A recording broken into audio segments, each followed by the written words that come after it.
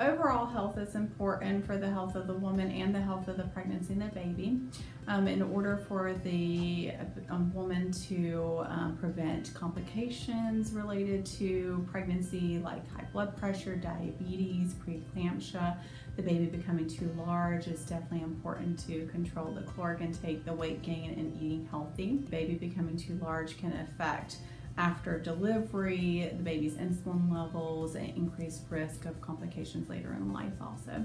In pregnancy, it's important to focus on mostly healthy, fresh fruits and vegetables that you've washed and prepared properly, and lean proteins. So fish, and yes, fish is safe in pregnancy. Low mercury fish is best, so salmon and those types of things, and preparing that properly. And then also your white meat chicken, your low-fat pork, and then the other proteins, including eggs that have been prepared properly. It's so very important that in pregnancy you're drinking at least 2 liters of water a day to compensate for the additional requirements that your body needs. Not only is your body using the water for digestion and things like that, but if you become dehydrated, your blood pressure can go down, your pulse can go up, it can make you feel nauseous.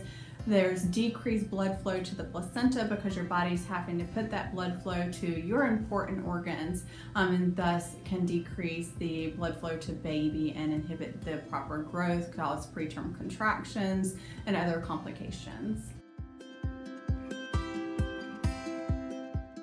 Often women in pregnancy think that they are eating for 2. In the reality, you really only need an additional 200 to 300 calories per day. So that's essentially just an extra snack compared to what you were used to eating in pregnancy.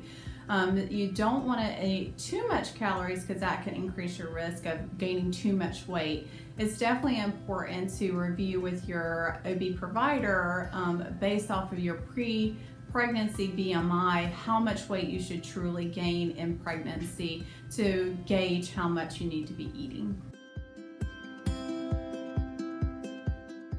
In pregnancy, your immunity is decreased slightly. If you equate it to someone that is chronically ill or a child, your immunity is decreased like that. So you're a lot more susceptible to foodborne illnesses. So definitely want to do proper hand washing, cleaning all of your fruits and vegetables before eating, preparing your red meats to where they're no longer bloody and heated all the way through, and avoiding any raw seafood, making sure that that's cooked all the way through.